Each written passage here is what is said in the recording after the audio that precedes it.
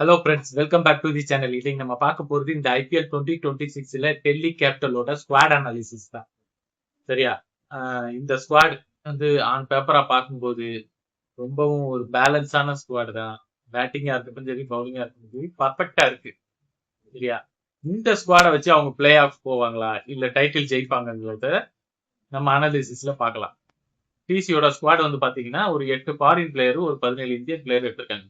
First 8 foreign பிளேயர்ல பேட்டர்னாலும் பவுலர்னாலும் அப்படிதான் big பண்ணிருக்காங்க. Allrounder ஃபுல்லாவே இந்தியன் பிளேயர் தான்.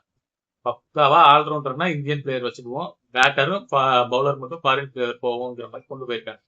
ஃபர்ஸ்ட் வந்து பேட்டிங்ல வந்து பாத்தீங்கன்னு வச்சுக்கோங்களேன், Ben Duckett, Nissanka, David Miller, ஸ்ட்ரெப்ஸ், இந்த 4 பிளேயரு. பவுலர்ல வந்து பாத்தீங்கன்னா Mitchell Starc, Chameera, Lungi Ngidi, Jamieson, 4 player. அவ்வளவுதான். இந்த 4ல 4 ஈஸியாவே எடுத்துடலாம். பட் பென் டக்கெட் வந்து வந்து பண்ணது ரொம்ப தப்பு. ஏன்னா ஆப்ஷன்ல பேர் கொடுத்து, ஆப்ஷன்ல ஒரு டீம் அவனை நம்பி எடுத்து, இவ்வளவு நாளா எதுவுமே சொல்லாம கடைசி நான் என் நேஷனலுக்காக ரெடி பண்றேன் அப்படி இப்படிங்கிற மாதிரி ஏதாவது திட்ட போட்டு நான் வரலைங்கிறது சொன்னா என்ன, நான் இப்ப 2 வருஷம் அவருக்கு பேன் கொடுத்துருவாங்க எப்படியும்.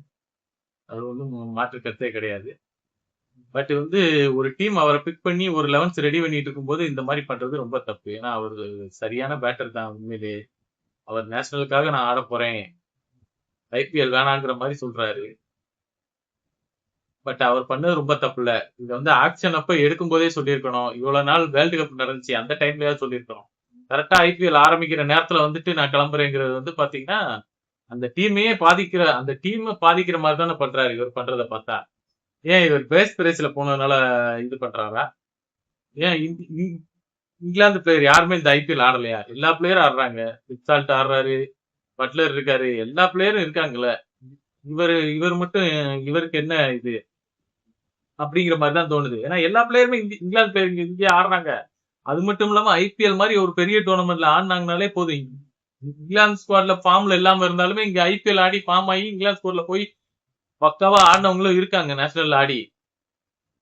ஐபிஎல் வந்து இவர் ஆடாம விட்டது பெரிய தப்பு தான். இவரா ஏத்த பெரிய தப்பு. ஆமா. ஏன்னா 2 மாச டோர்னமெண்ட். சோ அதனால ரொம்ப யோசிச்சாரா என்னன்னு தெரியல. இருக்கிறதுலே 2 மாசம் டோர்னமெண்ட் ஐபிஎல் ஒண்ணுதான் சரியான என்டர்டைன்மெண்ட் எல்லா பிளேயருக்குமே. ஏன்னா இன்னமும் இங்கிலாந்துல வந்து இந்த ஸ்மித்தா இருக்கு நிறைய பிளேயரு ஐபிஎல் எங்களால பார்ட்டிசிபேட் பண்ண முடியல, ஆட முடியலங்கிறது இன்னமும் ஃபீல் பண்ணிட்டு தான் இருக்காங்க நிறைய பிளேயர். இன்னும் ஆக்ஷன்ல வந்து நிறைய பிளேயர் ஏலத்துக்கே போல.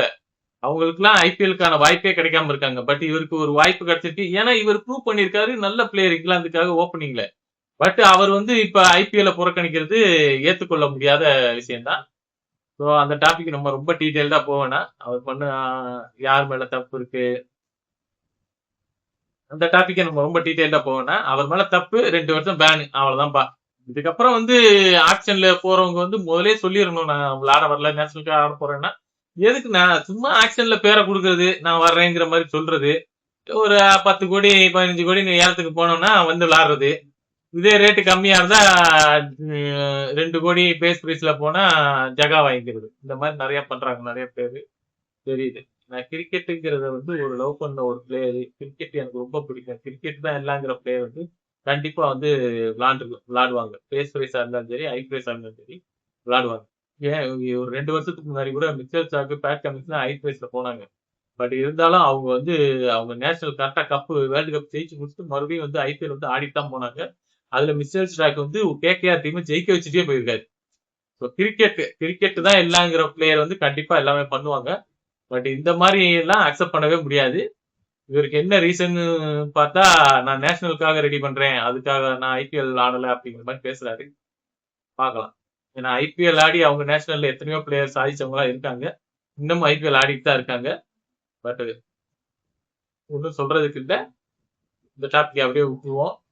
2 வருஷம் பேன் இருக்கு, பாப்போம். 2 வருஷம் கழிச்சு மறுபடியும் ஐபிஎல் வராரா, அப்ப என்ன சொல்றாருன்னு பார்ப்போம். பென்டகட் போயிட்டாரு, அதனால இப்ப நிசங்காக்கு அதிக வாய்ப்பு இருக்கு ஓப்பனிங் ஸ்லாட்ல. இப்ப வந்து மிச்சல் ஸ்டாக் வேற வர வேண்டியிருக்கு. அவர் எப்ப வர்றாரோ வர்ற வரைக்கும் லுங்கிங்கிரி ஆடலாம், இல்லைன்னா சமீரா ஆடலாம். மிச்சல் ஸ்டாக் வந்ததும் ஒரு பிளேயர் வெளியே போவாங்க. இந்தியன் பிளேயரை பொறுத்த வரைக்கும் பேட்டிங்ல வந்து பாத்தீங்கன்னா கேஎல் ராகுல் இருக்காரு, கருண் நாயர் இருக்காங்க, அது போக வந்து பாத்தீங்கன்னா பிரித்திஷாவோ அபிஷேக் போரல் இருக்காங்க. டாப் ஆர்டர்ல இந்தியன் பிளேயருக்கு பிரச்சனை கிடையாது. கேஎல் ராகுல் நல்லா பண்ணுவாப்ல. பிரித்திஷா ஏற்கனவே டிசிக்காக நல்லா பண்ணியிருக்காரு. அபிஷேக் போரலும் அதே மாதிரிதான். அது போக சமீர் ரிஷியும் இருக்காப்ல. அப்படிங்கிற போது வந்து ஒரு பேட்டிங்க்கு வந்து எந்த பிரச்சனையும் கிடையாது. 11ஸ் வந்து அப்பப்ப சேஞ்ச் கூட பண்ணிக்கலாம். அது போக அசிதோஷ் சர்மா, விப்ராஜ் நிகம்லாம் லாஸ்ட் இயர் நல்ல பினிஷிங் எல்லாம் பண்ணி கொடுத்தாங்க ஒரு மேட்ச்லாம். பட் அவங்களும் ஸ்குவாட்ல இருக்கிறது பெரிய அட்வான்டேஜ் தான். அது போக வந்து பாத்தீங்கன்னா கேப்டன் அக்சர் படேல் வந்து இந்தியன் டீமோட வைஸ் கேப்டன் தான் இங்க கேப்டனா இருக்காரு டிசில. சோ வந்து பாத்தீங்கன்னா டீமோட இது வந்து பாத்தீங்கன்னா எக்ஸ்பீரியன்ஸும் யங்ஸ்டர் எல்லாமே கலந்துதான் இந்த டீம் இருக்கு. இதுல அதாவது ஓப்பனிங் வந்து கேஎல் ராகுல் தான் ஆட போறாரு. அவர்கிட்ட வந்து நல்ல ஸ்டெபிலிட்டியும் கன்சிஸ்டன்சியும் இருக்கு. மிடில் ஆர்டர்ல வந்து பாத்தீங்கன்னா டேவிட் மில்லரும் ஸ்ட்ரெப்ஸும் ஆட போறாங்க. அவங்க வந்து சவுத் ஆப்பிரிக்காவோட மிடில் ஆர்டர் அப்படியே இங்க வருது. ஒரு நல்ல பலமான மிடில் ஆர்டர் தான். கண்டிப்பா நிறைய மேட்ச் ஜெயிச்சு கொடுக்க போறாங்க. அது போக வந்து பாத்தீங்கன்னா ஸ்பின் டிபார்ட்மெண்ட் தான் ஐபிஎல்ல ஒவ்வொரு டீமுக்கு ஒரு முக்கியமான டிபார்ட்மெண்ட். அது வந்து இங்க வந்து பாத்தீங்கன்னா 2 இன்டர்நேஷனல் பிளேயர் இருக்காங்க. அக்சர் படேல், குல்தீப் யாதவ். அது போக அவங்க 2 பேத்துக்கு நடுல விப்ராஜ் நிகம் இருக்காப்ல. 3 பேரும் புகுந்து கலக்க போறாங்க ஸ்பின் டிபார்ட்மெண்ட்ல. இந்த டீமோட மெயின் கன்சர்னே என்ன பாத்தீங்கன்னா இன்ஜுரி தான். நடராஜ் இன்ஜுரியா இருக்கட்டும், மிச்சல் ஸ்டாக்கு, அது போக சமீரா, லுங்கி இங்கிடி, ஜெமிசன், இந்த பாஸ் பவுலருக்கு ஏற்படுற இன்ஜுரியை பொறுத்துதான் இவங்களோட டீமோட பெர்ஃபார்மன்ஸே மாறுது தலைகீழா. ஸோ இந்த தடவை இன்ஜுரி அந்த அளவுக்கு வரக்கூடாது. நடராஜ் எல்லாம் எல்லா மேட்சும் ஆடுற அளவுக்கு ஃபிட்டா வந்துடணும். இன்ஜுரி ரீசனா வெளியே உட்காந்துட்டாருன்னா அவ்வளவுதான். இப்ப சீனியர் பவுலர்லாம் இன்ஜுரின்ட்டு உட்காந்துட்டாங்கன்னா ஒண்ணுமே பண்ண முடியாது. அது போக வந்து பாத்தீங்கன்னா கன்சிஸ்டன்சி அப்பப்ப மிஸ் ஆகும் இந்த டீம் பொறுத்தவரைக்கும். அதனாலதான் பிளே ஆஃப் வருவாங்க, ஃபைனல் போக மாட்டாங்க, திடீர்னு ஃபைனல் வருவாங்க, ஜெயிக்க முடியாது. அந்த விஷயம் எல்லாம் நிறைய நடந்திருக்கு டிசியை பொறுத்த வரைக்கும். பட் ஓவராலா இன்டர்நேஷனலா பார்க்கும்போது டிசி வந்து சவுத் ஆப்பிரிக்காவோட பிரீமியர் லீக்லயும் சரி, எஸ்ஏ T20லயும் சரி, துபாய் T20லயும் நல்லா தான் பெர்ஃபார்ம் பண்ணியிருக்காங்க. பட் இந்த ஐபிஎல்ல எப்படி பெர்ஃபார்ம் பண்ண போறாங்கிறது அவங்களோட கன்சிஸ்டன்சியை பொறுத்து தான் இருக்கு. அது போக டெசிஷன் மேக்கிங் கரெக்டா யாரை எங்க ஆடணுமோ அதை கரெக்டா பண்ணாங்கனாலே போதும். கேஎல் ராகுல்லாம் மிடில் எல்லாம் இறக்கக்கூடாது. எப்படி ஓப்பனிங்லேயே போய் ஆட சொல்லுங்க, முடிஞ்சு. இப்ப வந்து பாத்தீங்கன்னா பிளேயிங் 11 பார்க்கலாம். பிளேயிங் 11ல பாத்தீங்கன்னா கேஎல் ராகுலும் நிசாங்காவும் தான் ஆட போறாங்க. சரியா? நிசாங்காவோட ஃபார்ம் ஏதாவது மிஸ் ஆகுதுன்னா மட்டும்தான் அந்த இடத்துல Prithisha and Abhishek borewell try பண்ணலாம். பட் கேஎல் ராகுல் தான் கம்பல்சரி ஓப்பனிங். நிசாங்காவும் ஆட போறாரு. ஸோ 2 பேருமே வந்து நிசாங்கா அக்ரெசிவா போவாரு. கேஎல் ராகுல் ஒரு ஸ்டெபிலிட்டியோட ஆட போறாரு. தரமான ஓப்பனிங் கிடைச்சிருக்கு. அதுல வந்து அதுக்கடுத்து நிதிஷ் ராணா இருக்காப்புல. நிதிஷ் ராணா ஆடுவாப்புல. நிதிஷ் ராணா ஒரு ஸ்பின்னரும் பேட்டரும் தான். பேட்டிங்ல நல்லா பண்றாரு டொமஸ்டிக்ல. ஸோ நிதிஷ் ராணா ஒன்று இறங்குவாப்புல. அதுக்கப்புறம் ஸ்ட்ரெப்ஸ், டேவிட் மில்லர் அவங்க ஆட போறாங்க. அவங்க தான் மிடில் ஆர்டர் ஆட போறாங்க. அதுக்கப்புறம் கொஞ்சம் மேட்ச் பினிஷிங்ல அக்சர் படேலும், அசிதோஷ் சர்மா, விப்ராஜ் நிகம் அவங்க எல்லாம் வந்துருவாங்க. ஸோ அப்ப வந்து பார்க்கும்போது ஆல்ரவுண்டர்ஸும் அந்த டயத்துல வந்துருவாங்க. ஒரு தரமான பினிஷிங் லெவல் வந்துரும் பேட்டிங்ல வந்து. அதுக்கப்புறம் வந்து பவுலிங் வந்து பாத்தீங்கன்னா அகிப்தார் கண்டிப்பா ஆடுவார் ஆல்ரவுண்டர்ல. நிறைய வேல்யூல எடுத்தாங்க அகிப்தார். அவரும் கண்டிப்பா நல்லா ஆடுவாரு. அவரும் பிளேயிங் 11ல வந்துருவாரு. குல்தீப் யாதவ் இருப்பாரு, லுங்கி இங்கிடி இருப்பாங்க. இம்பாக்ட் சப்பா வந்து பாத்தீங்கன்னா வந்து முகேஷ் குமார் இல்லைன்னா நட்ராஜ் வருவாங்க. அதாவது 3 pass bowler. Natraj வர்றாருன்னா Natraj, Lungi Ngidi, அகிப்தார். 3 pass bowler Natraj, Lungi Ngidi, அகிப்தார் 3 pass bowler வர போறாங்க. ஸ்பின்னர் வந்து 3 ஸ்பின்னர் அக்சர் படேல், குல்தீப் யாதவ், அது போக விப்ராஜ் நிகம், அது போக வந்து பாத்தீங்கன்னா நிதிஷ் ராணா இருக்காப்புல. அது போக வந்து பாத்தீங்கன்னா அசிதோஷ் சர்மா போடுவாப்புல. பவுலிங்க்கு வந்து பிரச்சனையே கிடையாது. தரமா இருக்கு. என்ன இன்ஜுரி ஆகாம கரெக்டா இருந்தாங்கனாலே போதும். இப்ப மிச்சல் ஸ்டாக் உள்ள வந்துட்டாருன்னா இன்னும் பயங்கர ஸ்ட்ராங்கா இருக்கும் அவங்க டீம். பார்க்கலாம்.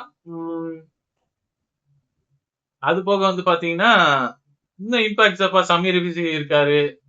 நிறைய பிளேயர் உள்ள இருக்காங்க. ஸோ அதனால பேக்கப்புக்கு அவங்களுக்கு பிரச்சனையே கிடையாது. இப்ப பென்டகட் போயிட்டாருன்னா பென்டகட்டுக்கு ஒரு பிளேயர் ஃபாரின் பிளேயர் எடுப்பாங்க. எடுக்கதான் போறாங்க. ஒரு நல்ல பிளேயர் வர போறாங்க. நல்லா பெர்ஃபார்ம் பண்ணதான் போறாங்க. டீமோட கன்சிஸ்டன்சி பக்காவா இருந்தா இந்த டீம் அடிச்சுக்கவே முடியாது. வீடியோ பாக்குற எல்லாரும் லைக் அண்ட் சப்ஸ்கிரைப் மறக்காம பண்ணிருங்க ஃப்ரெண்ட்ஸ். அது போக டிசியோட ஸ்குவாட் வந்து கண்டிப்பா பிளே ஆஃபுக்கு போகுமா, ஃபைனல் டைட்டில் ஜெயிப்பாங்களா அப்படிங்கிறது கமெண்ட் மறக்காம பண்ணிருங்க. அது போக இந்த ஐபிஎல்ல நம்ம கிவ் அவே வேற கொடுக்குறோம். மறக்காம கீழே கமெண்ட் பண்ணுங்க. டாப் 4 பிளே ஆஃப்க்கு போற அந்த 4 டீம் யாருங்கிறத மறக்காம கமெண்ட் பண்ணுங்க.